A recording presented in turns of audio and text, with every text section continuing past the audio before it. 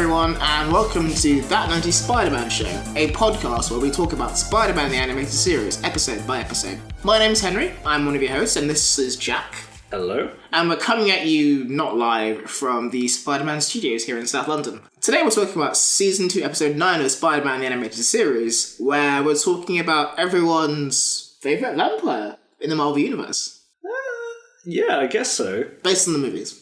I think in the comics as well, like there's some good vampires and there's some shitty vampires and... We've already covered like the third best. Wait, which vampire are you talking about? I'm talking about Blade, motherfucker. Right. The ice-skating uphill motherfucker. Yeah, definitely everyone's favourite half vampire. Yeah. So yeah, we're talking about Blade, guys. Everyone obviously knows Blade from the Wesley Snipes movies, where there's a lot of motherfuckers and leather, and that's it. That's all the movie is. Yeah. And they made 3 of them. First 2 great, third one not so great, and they're making another one with Mahershala Ali. Yeah, that's really strange to me still. I just, when they announced it, I was like, oh, cool, a Blade TV show. And then it was like, wait, no, it's a movie. And I'm like, I guess Mahershala Ali is just like, fine. This is what I'm doing. And he demanded this, and they were like Kevin Feige was like, this is a bad idea, but it's Mahershala Ali, and he won't do anything else. You know what we'll say here is like, we're talking about the episode from the 90s Spider-Man cartoon, but we'll get into Blade's movies and his comic books and shit later, because I think it's really interesting to talk about who is Blade. Who is Blade? Yeah, but who the fuck is Blade? If you don't want to hear us talk about the show, you can like skip ahead to that point and put timestamps in it or whatever. But yeah, for now, let's jump into... Read the timestamp, motherfucker. So when we last left Spider-Man, he was going through a bit of a armor crisis. He turned into Man-Spider, and thanks to the Punisher and to Kraven the Hunter, he's now a regular old Spider-Man again. And we kind of open on him kind of swinging through the city, as he tends to do. And still on the lookout for Morbius, because last episode, basically, as we kind of saw in the previously on Spider-Man bit, last episode basically had no effect on anything. Yeah. Because he's back to the same position of, he's not cured, he's still got arms threatening to poke their way out of his ribs again, and Morbius is still floating around being an asshole. Pretty much. And that's it. They just like Punisher came and then left. It's like the equivalent of like being on your bus to work and like a crazy guy starts a fight in the bus and have to stop for 10 minutes before they can carry on. Yeah, you know what the worst thing is, and this might just be a London thing, but that exact thing has happened to me more than once. You know? It's all happened to me multiple times. Yeah. But yeah, so Spider-Man's swinging through New York, and through his good old exposition voiceover, we find out that what happened in the last episode, while it did like stop him from becoming like a freak of nature, it's not permanent. So it could turn back into that thing at any moment. Yeah. And as we'll find out, yeah, it's actually more of a threat than you'd think. Weird side note, love how he refers to it as Man-Spider. There was no context for that whatsoever. Yeah, like we know it's Man-Spider. He's like, I'm just going to name that transformation I had and just switch it around and give it a cool name. Wouldn't he have like PTSD from that? No, it's fine. I guess his life is a constant fucking nightmare, so it's just roll with it. He's just broken on the inside. It's like, yeah, sure. Just saying that nothing that bad has happened to him so far. Not to the point where like he turns into a huge monster. Like this makes more sense if Gwen Stacy and Captain Stacy has died and Harry Osborn is turned into the Goblin and all this crazy shit had happened. Then it's like, then you get that gallows like, well, all in a day's work. Yeah. But at this point, it's kind of... This is the biggest challenge he's had to face, and he's just like, oh yeah, that happened. I'm gonna give it like a whimsical name. But yeah, it's like he'd kind of gone through like a really like bad job, bad relationship. He's come out of it, it's like, yeah, do you remember that stuff that happened? Yeah, that was weird, wasn't it? I'm like a little sock pop out of it. My abusive ex-girlfriend. Whatever. It's that level of flippant. Yeah, there's a point when you can take flippancy so far that it becomes psychotic. Yeah. Peter Parker being a little bit psychotic is like not a theme of this episode, but like a little thing where like, this guy's kind of an asshole. Well, but also you've got like, I think it's offset by the fact you got Blade and you got Morbius who are just like bigger, more psychotic assholes. So yeah. By contrast, he's alright. He's just kind of a bit of a dick. But that's all coming up, folks. But for now, Spider-Man is swinging over to Dr. Connors to help him out with his mutation problem. But before he gets there, he's swinging through the park where we see a jogger. A jogger's running through and he hears a voice going, "Help me!" And as you would, as like a nice human being, you go and check out the struggling person begging for your help. And obviously it turns out to be Morbius just hiding in the bushes. And the first thing he does is just like take him out and like suck this guy's blood. And at this point, I'm like, fuck you, Morbius, you asshole. Yeah, I'm so sick of Morbius now. If anyone hasn't listened to the last couple of episodes, this dude's been hanging around for like multiple episodes now. Just going through the same shit of, Just the same thing of like draining someone of their plasma, floating away, going, oh god, what have I become? Stalking Felicia, seeing his reflection and going, oh no, I'm a monster. Then flying away, and then just a cycle of like, I'm not even going to try and get out of this situation. I'm just going to be a dick. Yeah. Like, honestly, like, if I knew what this episode was going to be, I would have had a little bingo card with Morbius bingo. Yeah. And we'd win every episode. Yeah, he's just kind of this background thing floating around so like cooler characters can show up. Yeah. Like Punisher and Man Spider and Blade. As much as I like the last couple of episodes, I'm just like, oh my god, can this Morbius arc end? It's so pointless. Yeah. We're past the Man Spider shit. Like, we've almost ignored that to be like, no, what about Morbius? See what Morbius is up to. Yes, the main character is now like an 8-legged like spider monster, but Morbius is a bit like the Sony universe in real life. Anyway. It's my Man Spider movie. Yeah. If only. It's coming, I feel. Spider-Man swings in to save the Strugger, and he's like, Morbius, cut that shit out. Again. And Morbius kind of like throws him onto a rooftop, and they're fighting. And at some point, a guy on a motorcycle shows up. Along with him comes like a guitar riff. Yeah. The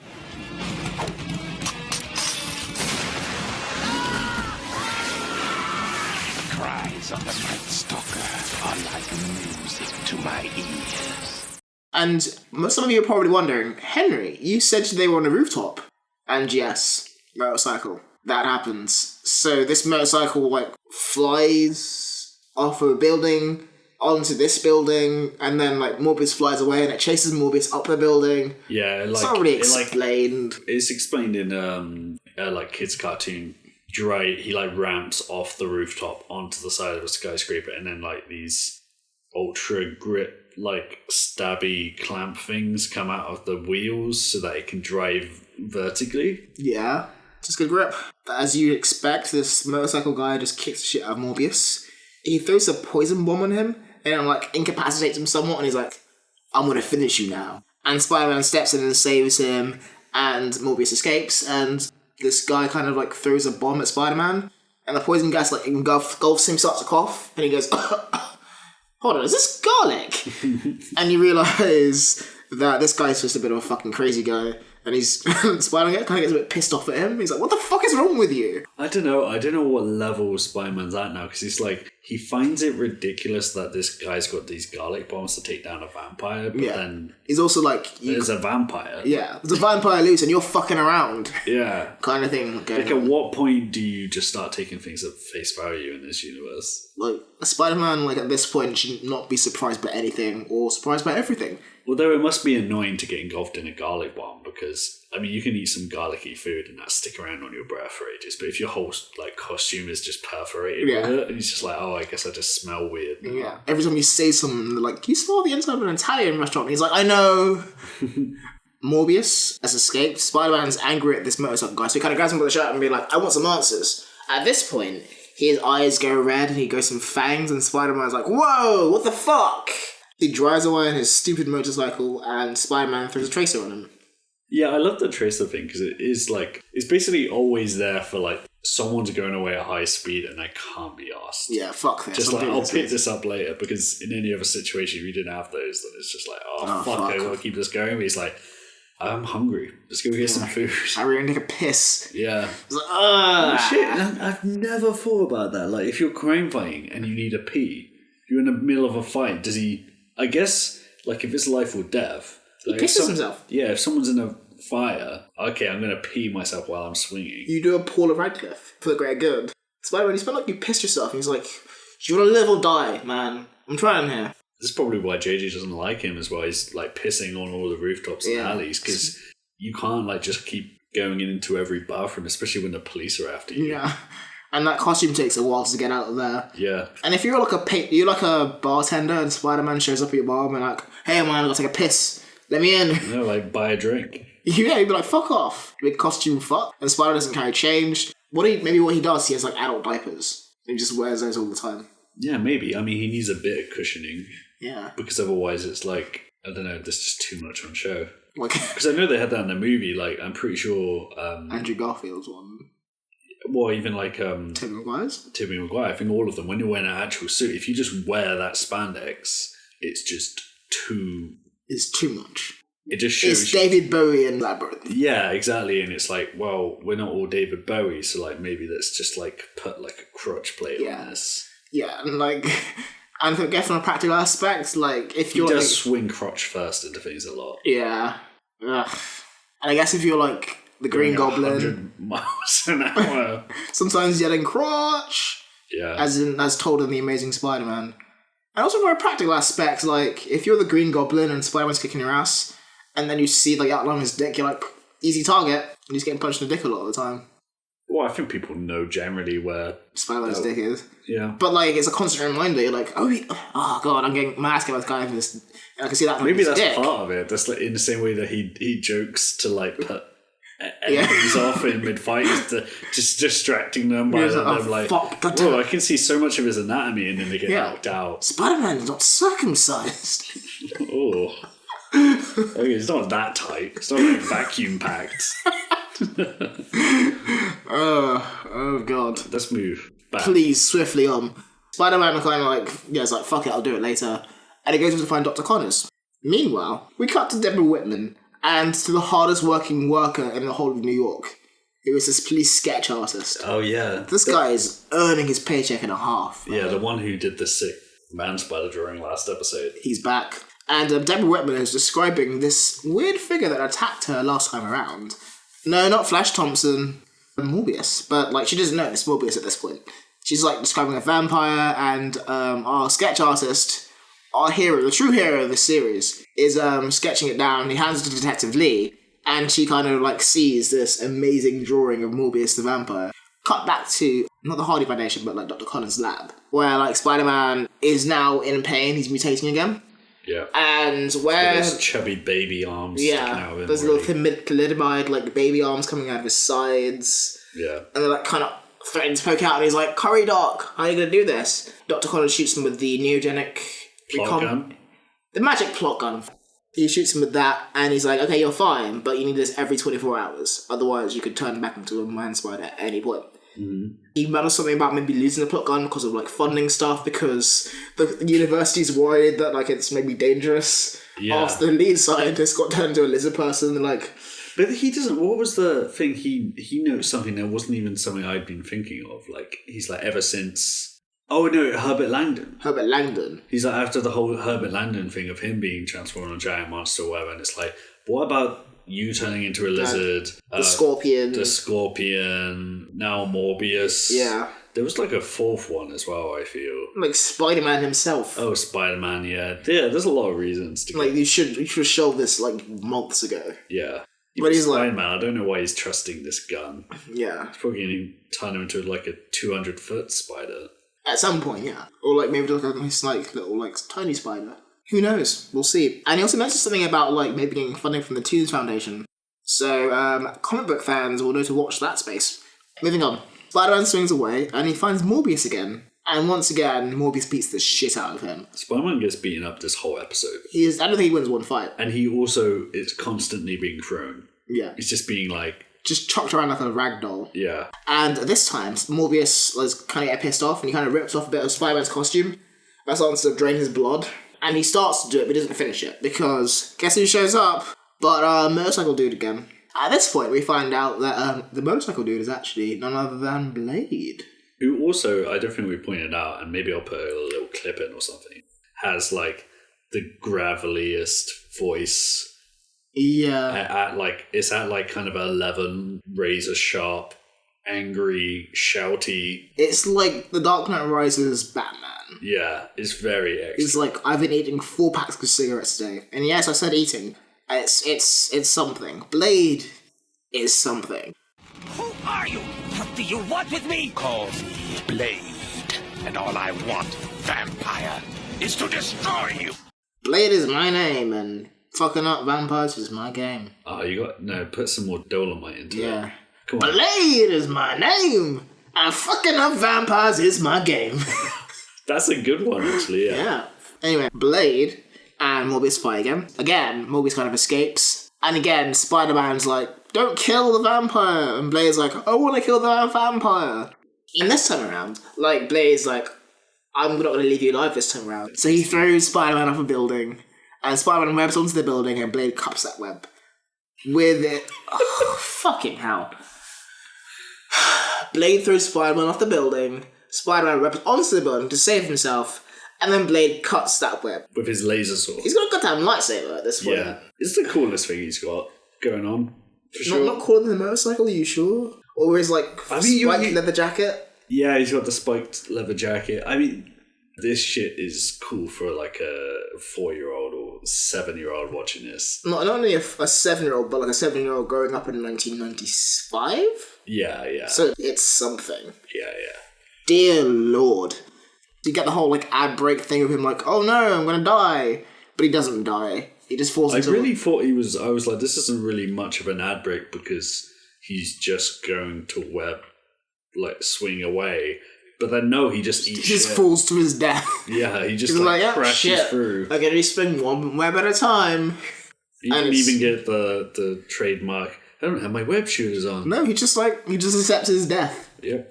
So it's actually kind of... again. Yeah. You know, at this point, let Blade kill Morbius. Morbius is just being such, like... He doesn't want help. He doesn't want help. He's been a dick to you personally. The only reason he did this was to fuck you over. Come on, Peter.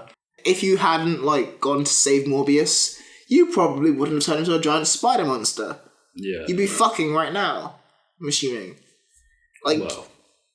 I mean, like, Mary Jane has been, like, calling him and shit like that. Yeah. And he's been, like, ignoring her. We'll get to that. As he's falling to his death, he's kind of falls into some awning, but he's able to escape and swing away. And at this point, he kind of realizes he needs help saving Morbius. With that in mind, we cut to where Blade's hiding out with his good old friend Abraham Whistler. Mm-hmm. By the way, do you know who voices him? No. I was thinking about who plays him in the movie. I wasn't focusing on that. Fucking Malcolm McDowell. Oh shit, yeah. It's just like weird. I was just like, oh, okay. Sure, I guess. I mean, he wouldn't have anything better to do in 1995. So Whistler as Malcolm McDowell as Whistler explains to Blade, okay, what happened, Blade? And Blade's like, oh yeah, apparently Spider-Man created the vampire. And Whistler's like, oh, we should just talk to Spider-Man. And as he's saying that, Spider-Man shows up being like, what's up, bitches? Kind of webs like Blade to the wall, which he should have done like 2 or 3 times ago. Yeah. And like he's trying to explain it to him, but like Blade kind of like breaks out and starts to try and kill Spider-Man. But Whistler's like, dude, come on, just let him talk. And my favorite thing about Whistler in this is that like whenever like Spider-Man makes a quip, he just looks at him very blankly. Whistler has no personality in this. He's got no time for Spider-Man. He's just there for exposition. And it's Malcolm McDowell phoning it in. Yeah, for Blade to rage at him. Yeah.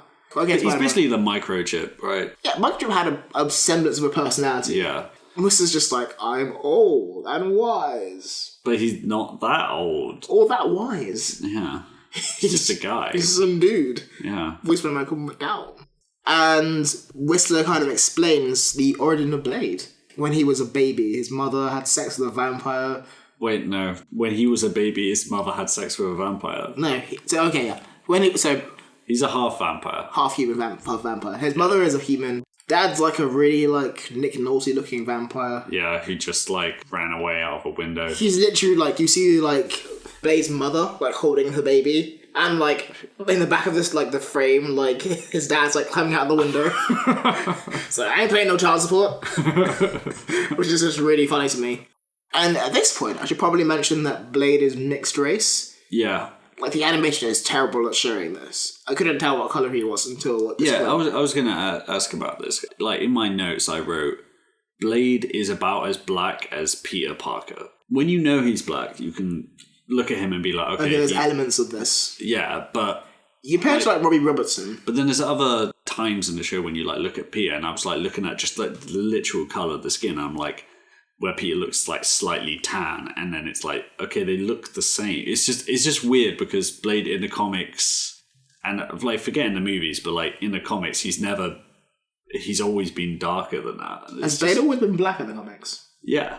I've never read the comics, so... Yeah, he's always been black, and he's always been, like, blacker than that. We're going to come back to this, because, like, the character design is something that I have a lot of questions about. Yeah, it's just a weird thing for me that they decided to de-black him slightly. Yeah. Not even to the point where he's not black at all, but, like, he's mixed race. Wait, was his mum black? His mum's black, and his dad's white. It could have been a black vampire. But then, like, that doesn't make sense, because all vampires are pale. You could still have a black vampire. Are there any black vampires? Like, I think they're pale because they're, like, dead. But, like, they're not, like, light skinned. Like you don't... Like, a black guy, when he dies, doesn't just become white. Unless he's Michael Jackson.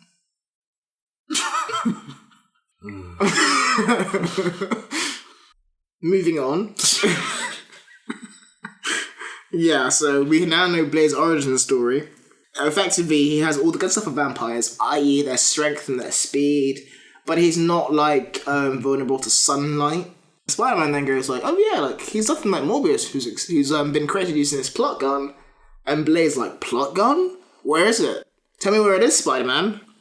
And Spider-Man's like, no, because if I tell you, you'll destroy it. And I need that juice. I need to stop Morbius from dying. And Blade's response is, now you must die. Yeah, Blade is just like he's just so angry constantly. He's kind of a crazy asshole. And like Whistler's like, what the fuck, dude? Like, cut that shit out. And then Spider-Man kind of swings away, being like, this crazy motherfucker. But before he leaves, he kind of takes one of like Blade's like garlic bombs and like goes home to analyze it.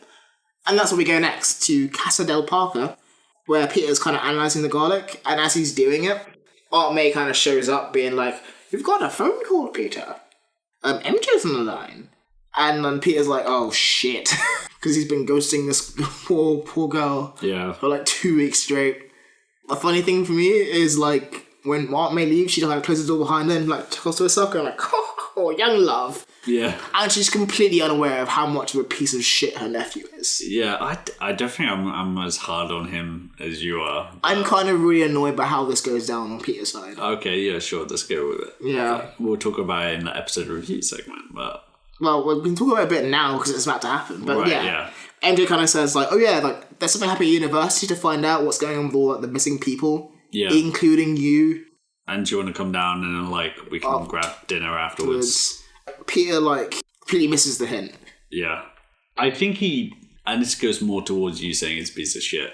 I think he gets the hint and he's like, yeah, but Morbius. My Spider-Man shit. My Spider-Man shit. I think he's like, yeah, I know where this is going, but this is actually useful to me. I don't need to like make an excuse why I can't go. Yeah. I don't think he's that oblivious. I think he's just like, oh, cool, like Clue. But also, I'm not even gonna like explain to her that like I'm preoccupied. I've got things going on. Yeah, he should say something. Although saying that, he is a bit worried about like turning into a giant man spider again. I mean, yeah, before, but like, I mean, that's his reasoning now.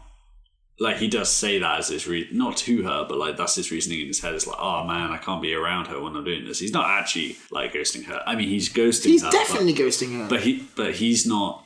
It's not like he's doing it just because. But like, I think like in that situation, you got to explain like I'm going through some stuff. Oh yeah, she did the same thing for you. He's doing it in a shitty way. He's being completely shitty. Yeah, but I'm saying he's not just doing it because he feels like it. He's got a good reason to be a shithead.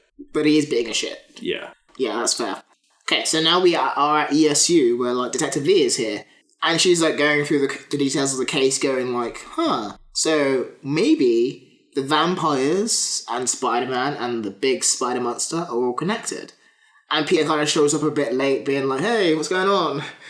And she immediately kind of zeroes in on him, going like, hey, so don't you take pictures of Spider-Man, where is he? And he is obviously quite elusive. Yeah. And then she's like, she just completely turns on him. Yeah, she gets like brutal out of nowhere. Yeah. I don't understand how she thinks it's going to get any information, but it's so mean. She's being a dick.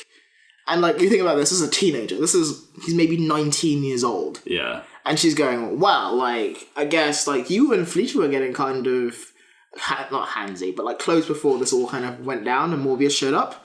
maybe you've got something to do with this, Peter. Or someone's always going to get hurt when like shit like that goes down. And obviously it's Felicia, whose boyfriend has been missing. Yeah, and Felicia's in the room while she's saying all this shit as well. And she just runs out. And MJ, yeah. Felicia runs out being kind of upset, and Peter's like going to comfort her. Yeah. As you would do. Yeah. And then she's like, where do you think you're going? And he's like, you cussed out this poor girl's boyfriend in front of her. Yeah. I'm gonna comfort her. He takes it pretty well considering how mean it is. Yeah. And like, I'll give Peter credit for this. But as he's leaving, Detective Lee is like, hey, I'm watching you. And then he goes outside. And this is when he kind of fucks up a little bit. Yeah. He fucks up a little bit. Not completely, but he's like, you should read the situation a bit better than what he's doing. So, Felicia runs outside this tree. The tree's not important, I don't know why I brought it up. But yeah, she's like, oh, I miss Morbius, who have been dating for 2 weeks. But he's been missing for like 4 at this point. And Peter kind of like just holds her for a little bit. So yeah, Mary Jane kind of follows him out, being like, oh, Peter just ran off to chase us Felicia. I'm assuming she didn't know about them beforehand. But she's kind of watching like Peter like come to Felicia, like give her a nice like intimate hug. Which, considering how that things ended, like he's being empathetic and like he's showing that he cares, but like there is no way that doesn't look terrible.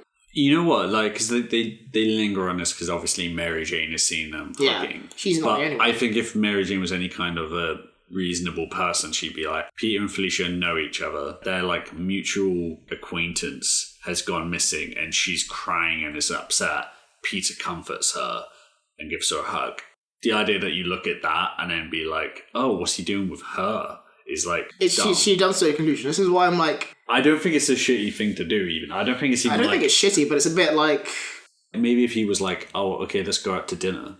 Or like, let's go back to your apartment and I'll like, you know, I'll make sure you're okay, I'll take care of you. That's different. But like, he's literally just like hugging her while she's crying.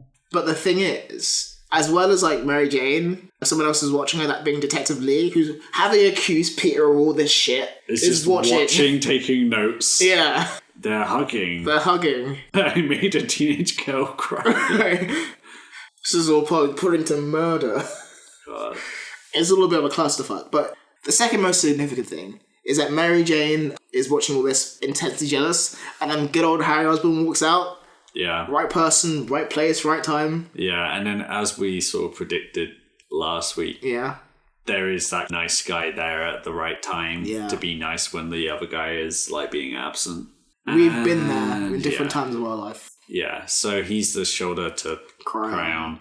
But also it is like at this point it's more like, well, Harry's hanging around and actually like being nice and hanging out with her and likes her. And they've hung out once before this. Yeah, but I mean, he's physically there and Peter just isn't.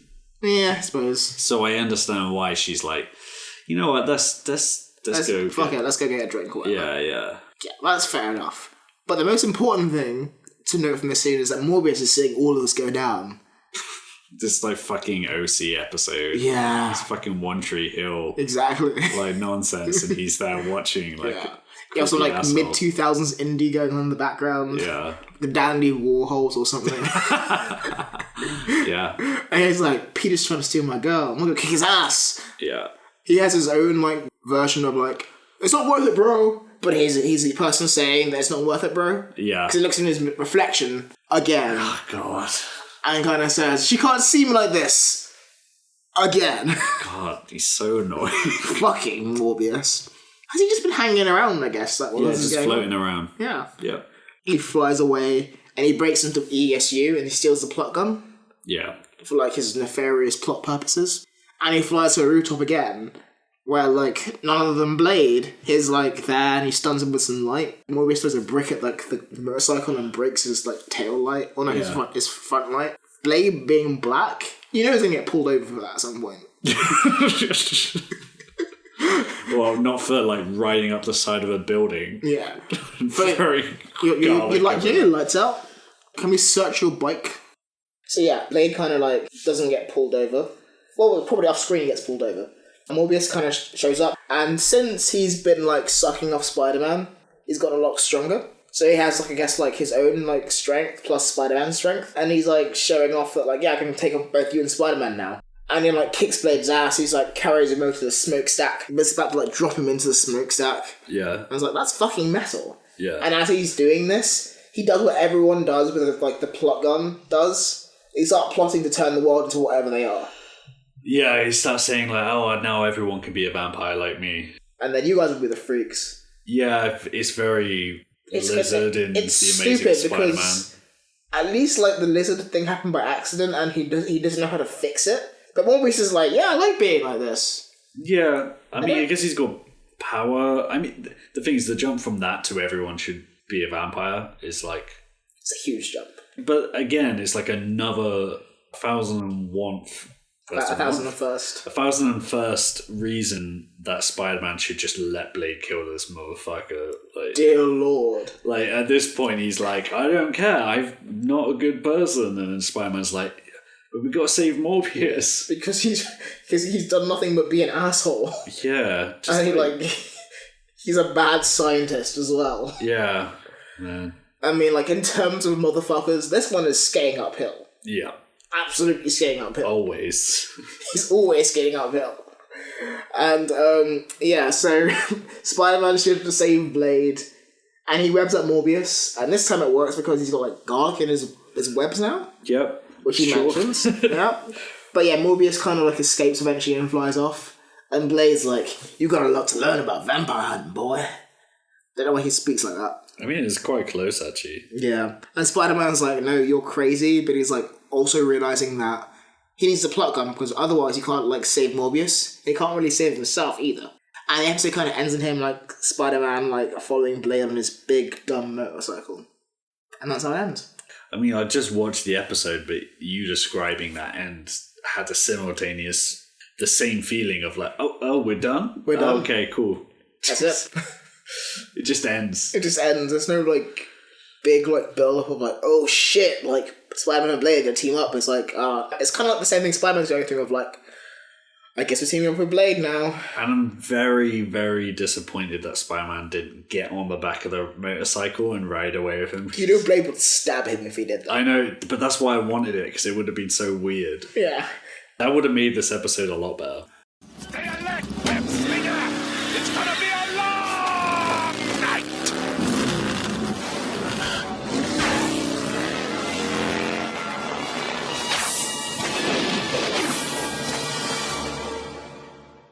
What do you think of this episode, by the way? Low tier. I wanted to like this episode so bad, but I hate Blade so much in this.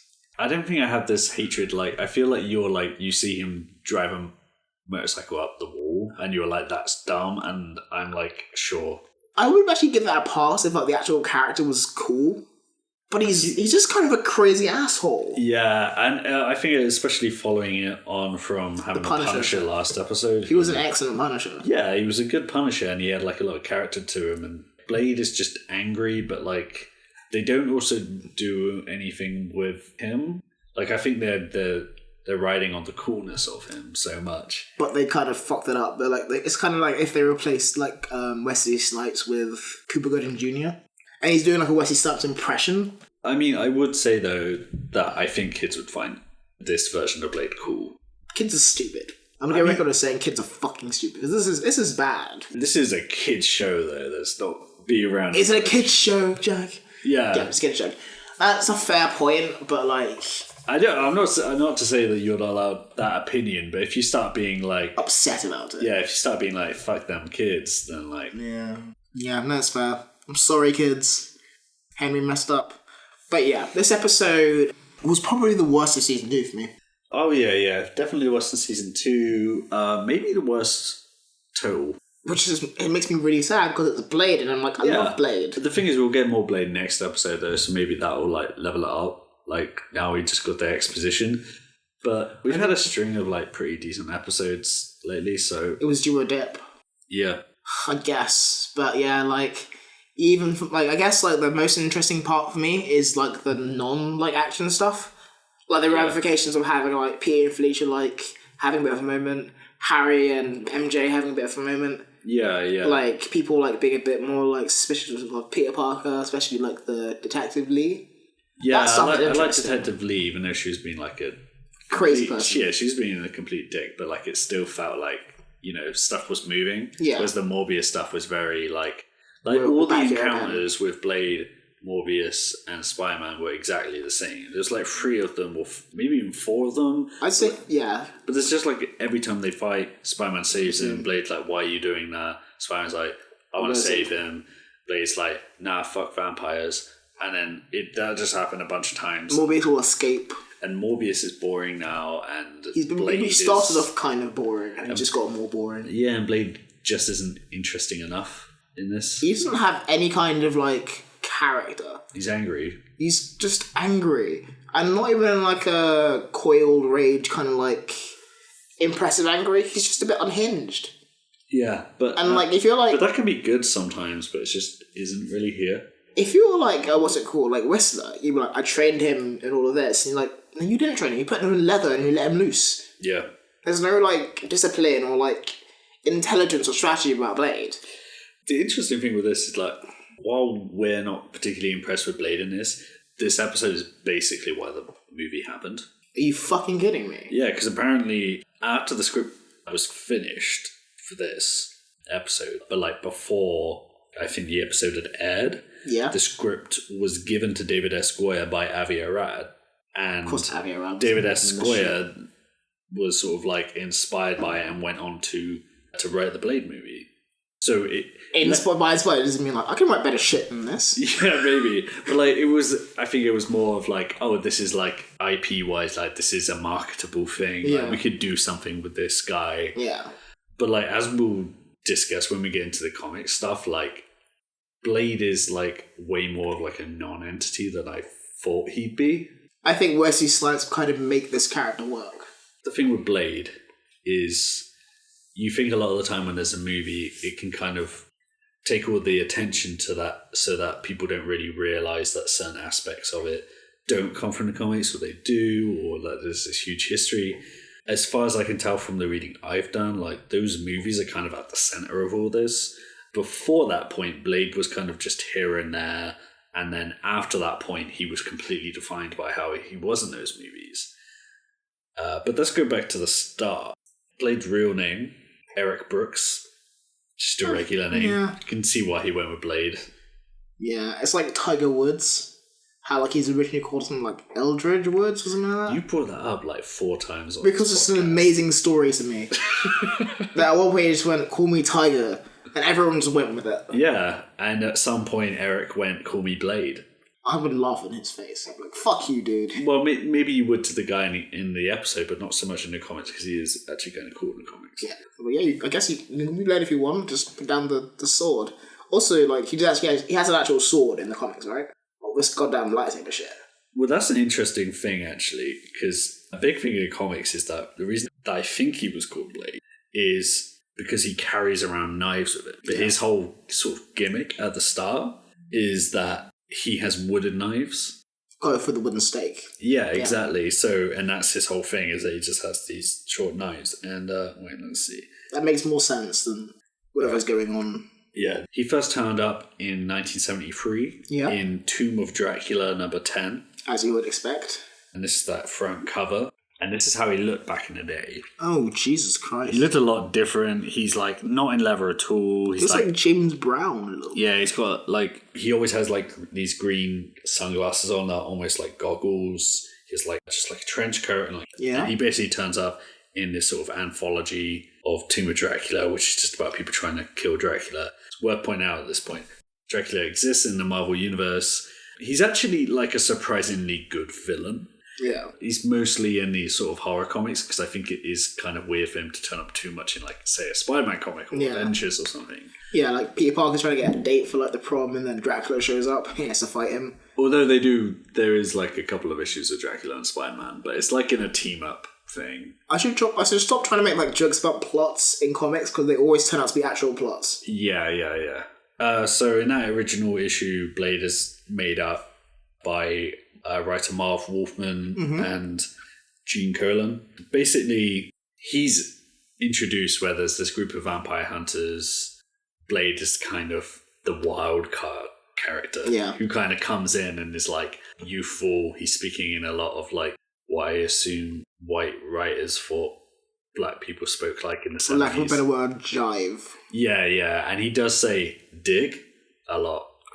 course he does. It's pretty good. I do like it.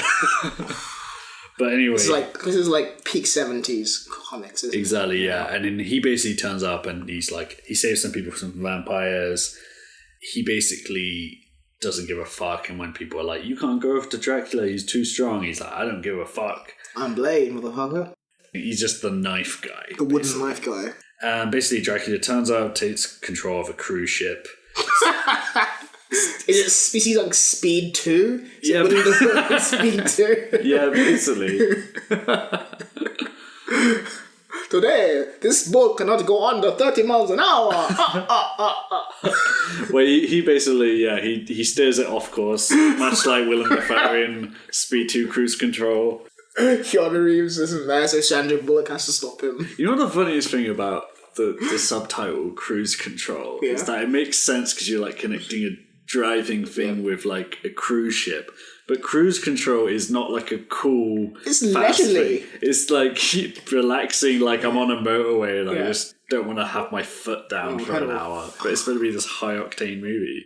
But basically in his first issue, Blade puts on a scuba suit and swims to the boat and then gets on board, chases after Dracula. Does he take his motorcycle to the boat? Nope. Okay. No motorcycle. Oh, thank fuck. And then he gets there and basically takes down Dracula, but like Dracula ends up being like, fuck this, and then flying away because Dracula has to come back. Yeah. And then he also turns up in Vampire Tales number 8 the following year. Vampire Tales we spoke about a few episodes back because Morbius turns up in those a lot. But like these black and white vampire comics. Uh-huh. And some of the Blade issues in that are actually pretty good. Gothic stories of him just like going to take down some vampires.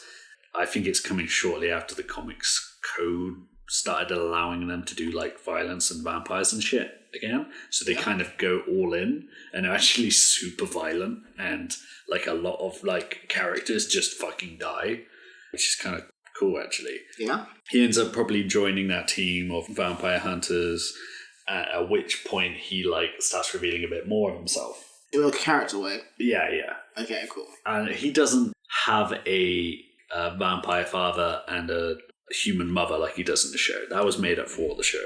Mm-hmm. But in this, he reveals that he hates vampires because during his mother's labour, Dracula started sucking his mother's blood. What an asshole. Basically, Dracula pretended to be the doctor so that he could go in. Dr. Dracula. Dr. Acula.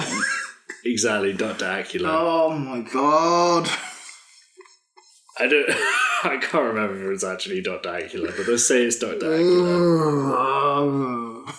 Is that as good as like in Castlevania where Dracula's son is Alucard? Yeah. Anyway, so he like bites his mother and Dracula's like shooed away, I guess. Like a bird in like a kitchen. So someone gets a broom, like whacks him. Please, not the broom. But he leaves and the mum dies, Blade is born, and he survives. Later on, this is then retconned so that the vampire that bit his mother is Deacon Frost, who turns up in the movies, as like a big arch nemesis. And then it was later changed again so that the mum was a prostitute and he grew up in a brothel to make it darker, I guess. More like 90s edgy. Wow, this is the 70s. Is this still the 70s? Yeah. That's actually kind of racist, I feel. Yeah, probably. Well, initially he wasn't, but then they later retconned it. I can't remember when they retconned it. It might be in the 80s, not sure. Yeah, that feels like a brothel's either like edgy or it's like kind of just like, all black people grew up this way. There is a common thing with black superheroes I find like in the comics where like they, like I'm pretty sure like Falcon like used to be a pimp or some shit.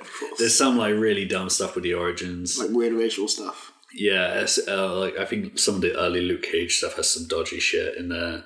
Yeah, it's unfortunate. Yeah, but anyway, Blade mostly stayed in horror comics and stuff until he crossed over into Adventures into Fear, which is a series which had like a lot of Man-Thing. Oh, yeah. But he's in that, and that's when he first like fights Morbius in that issue. He also later temporarily kills Dracula because Dracula always comes back.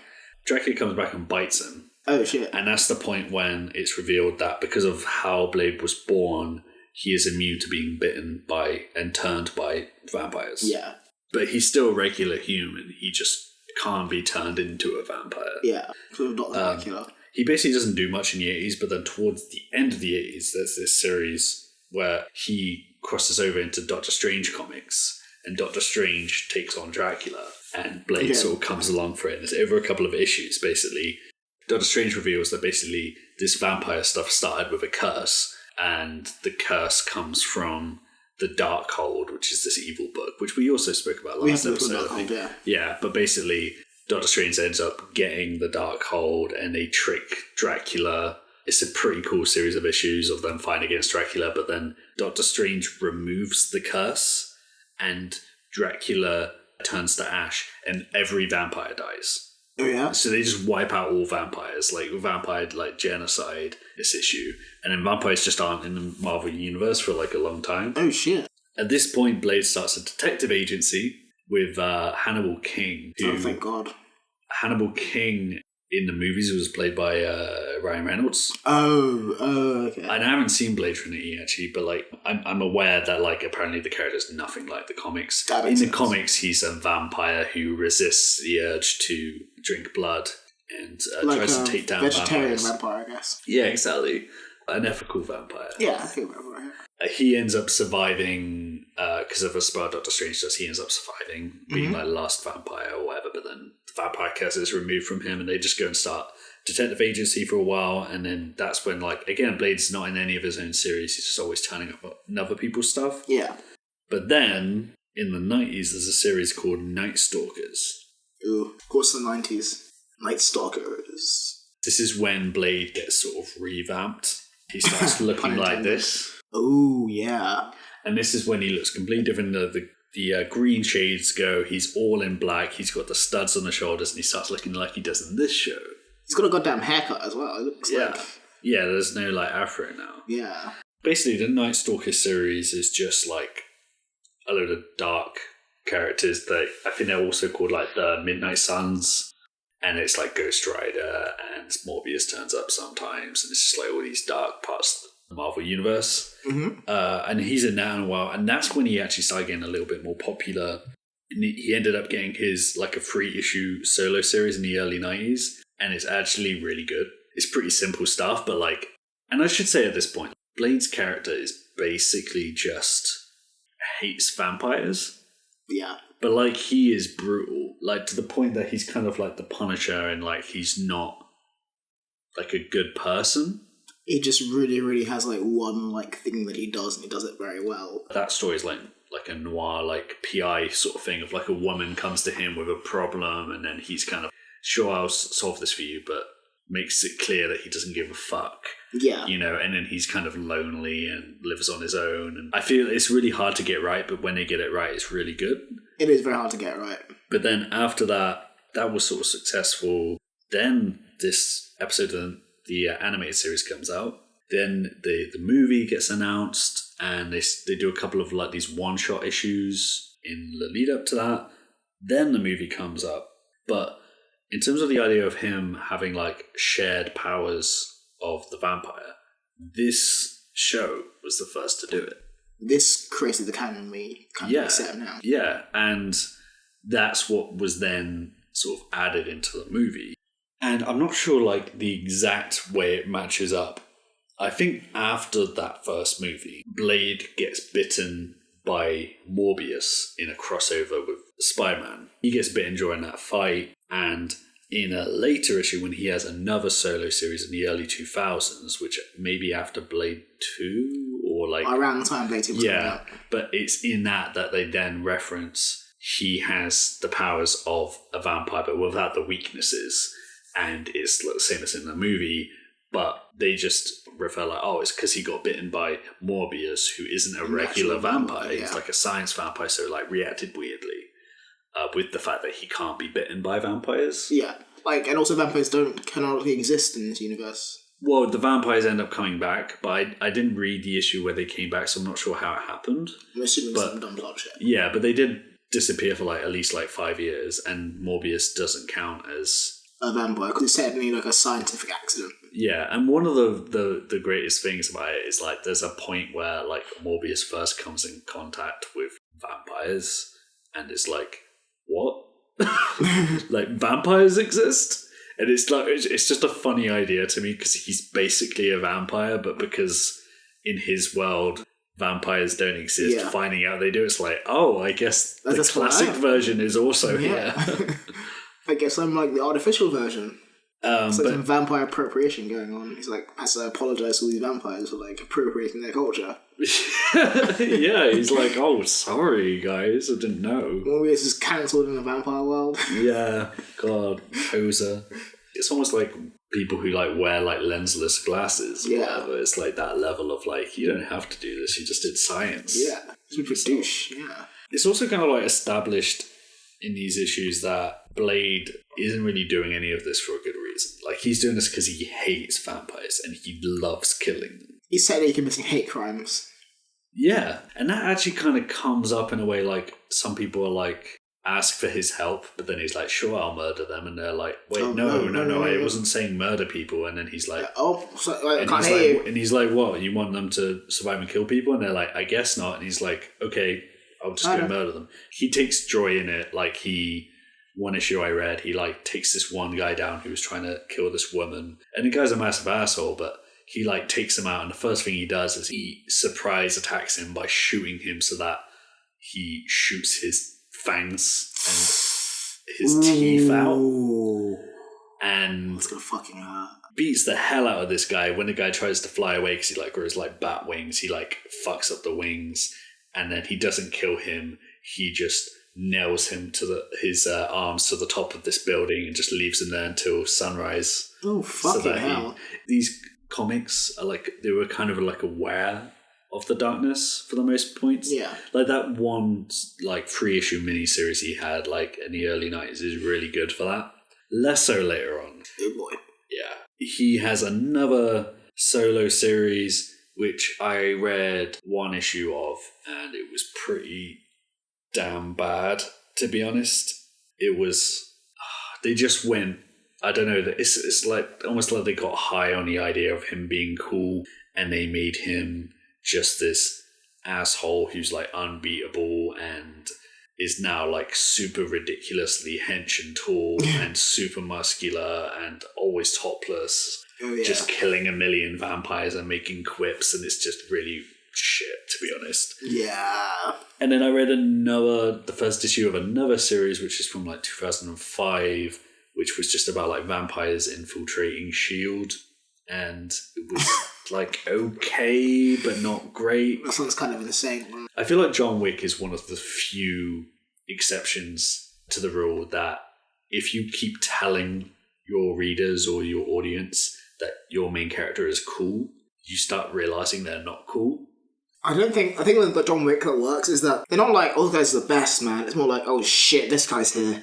I think they are kind of like it. I think in the later movies a bit, but like the first movie is all about like this guy like, what? John Wick is back? He gets like this vodka out and starts drinking? Yeah. Fuck! Yeah, but that's what I mean, like, but... Like, I don't... Yeah. I guess there is a distinction, but yeah, they go really hard on making Blade cool, and it just kind of makes him less cool as a consequence. Yeah, and that's the thing, is like Batman a little bit. And I think there might be another Blade series which has started like a couple of years back, and I did read an issue of Blade versus Wolverine, which was shit.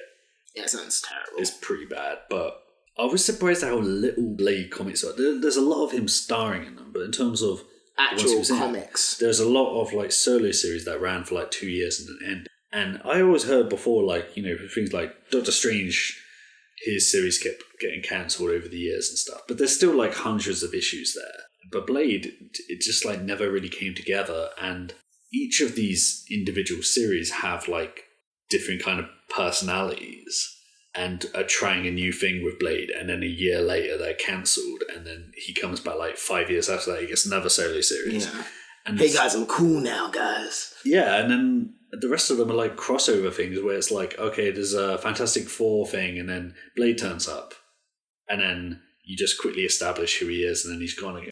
As I was reading it, I was realizing, apart from that 3-issue miniseries I mentioned before, and some of the earlier Vampire Tales stuff, in terms of him being in the Marvel Universe, I don't really know who Blade is. Like, there's no, like, quintessential, like, Blade move, rather, in the way there is, like, a Peter Parker thing, or, like, a Tony Stark thing, or, like, a Steve Rogers thing. And that's the weird thing, right? Because when it comes to these movies, like, I need to rewatch the Blade movies, and I still haven't seen Trinity, but there's usually this idea of, like, either an adaptation fucked up and we need to do it again, or it's just been a while and now we can do it as part of the MCU or whatever. But there's this idea, especially with the MCU, of, like, going back to being faithful To the comics. And that would be a terrible idea. But I don't know what they'd be faithful to. They're almost like, well, let's just do the cool stuff that we have and not try and step on the toes of the Wesley Snipes Blade movies, you know? I kind of think, especially with someone like Mahershala Ali in the role, the thing that makes Blade work in the original movies isn't Blade himself. It's Wesley Snipes. What you're seeing that you like about Blade is Wesley Snipes being Wesley Snipes. Yeah. And the movie where Wesley Snipes is the least Wesley Snipes, i.e. when he's high as shit through the entire movie, is Blade Trinity. And that's the worst one because the movie's ride entirely on his personality.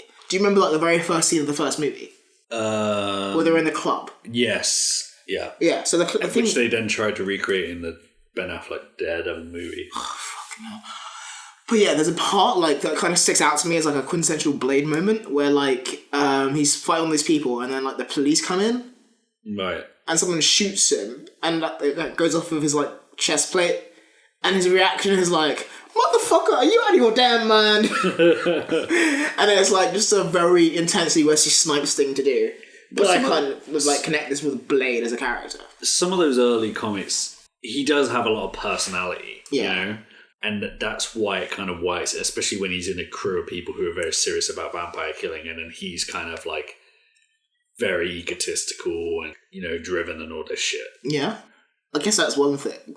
That's not a personality, it's a character trait. Yeah, it's like it's almost like a trope, you know? Yeah. The guy who hates vampires because a vampire does something to him when he was young. It's a starting point, but it's not, like, enough to build an entire person on, you know? Yeah, and it's just interesting because I feel like I'm sure there's going to be something in the new movie that nerds find a reason to be mad about. It'll be like that thing where people are like, oh god, SJWs are making them do a female version of the Hulk. And it's like, you guys didn't know that She-Hulk's been around since the fucking 70s. Yeah. And I feel like that might happen a lot with Blade because people are like, Blade has to be this. And then it's like, does he? We made this up in the 90s. Most of this is Wesley Snipes ad-libbing. Yeah, it's not even just the look, you know, like it's the mannerisms. And they changed the origin as well. Yeah, they made it a better origin. Yeah. Like, they made Dr. Acula in the movies. Yeah, not just like a vampire hunter, and then at some point they just go, oh yeah, I can't get bitten. For, like, stupid plot shit. It's like, yeah, he's half human, half vampire. And that's basically, I'm pretty sure that was only there so that they could do the, oh shit, Blade got bitten cliffhanger and then be able to walk it back. Yeah. Oh yeah, like, turns out I was flying the entire time. You know, we've been talking about Blade for a while, and while, like, I enjoy the comic origins, I feel like we could be talking about Blade more. Do you think we should do, like, an extra podcast about just Blade? No. Fair enough. No, I think we should. I think we might have to have some kind of bonus episode talking about the Blade movies. What a great idea. Yeah. Maybe we shouldn't have talked so much about the Blade movies this time. If you're interested to see what we have to say about Blade beyond this episode, we've got a whole, like, thing planned where we're going to actually, like, hopefully just go through all three of the Blade movies. Yeah. I guess because of coronavirus, we have a lot of time on our hands, and it's a big thing to do with it, you know? But yeah, like, stay tuned for that, because we're really interested to, like, rewatch them and, like, see how they match up to, like, how they feel in my head. Yeah. That brings us to the end of the comic book origins. Yeah, pretty much, yeah. As you know, we have our social media, we have our, like, podcast stuff, so go on Spotify, go on Apple Podcasts, go on SoundCloud, go on Twitter, Facebook, Stitcher, all the fucking places. You know where to find us. And yeah, please do that. Please interact with us. We're desperately lonely. Go on the blog if you want, like, any of sort of comic panels and stuff from the stuff I talked about today. I've got one last thing to ask, though. Oh, yeah? You know how, like, blaxploitation movies, you know, come up with dumb names like this Dracula, oh, yeah, this Blackenstein, and all this shit? But I have a question, right? Okay, here we go. What if Blade is just the black version of another name. Like Wade? Yeah. Like, there's the white vampire hunter called Wade. And then it's like... This is Black Wade. Black Wade is Blade. And this whole time... We were thinking like it's about the blades he carries around, but no. I mean, he is almost like a Blade-sploitation character, and they're just like Blade. He's a very much Blade-sploitation character. Yeah. Do you think they work backwards? Do you think he was like, yeah, I'm Black Wade, I'm going to call myself Blade now? And then he got the blades, be like, oh yeah, this isn't like a race thing, this is just because I have these wooden blades. If you are black and you're called Wade, you have permission to call yourself Blade. It's okay. Like, forget what I said about Tiger Woods earlier. Like, that's perfectly fine. Oh yeah, it's weird, but it's fine. Yeah, it makes perfect sense. I don't begrudge you that. If you want to be Blade the Blampire Blunter, go ahead. God damn it. Live your truth, right? Live your best life. Jesus Christ. That's probably a good place to say goodbye to that anti-Spider-Man show for another week. Yeah. Thanks for tuning in. And remember... Wash your hands. Wash your hands, first of all. I had like a weird thing I was... Remember... And remember, if you're oh shit, I can't think of it now. Fuck it. Go about your lives.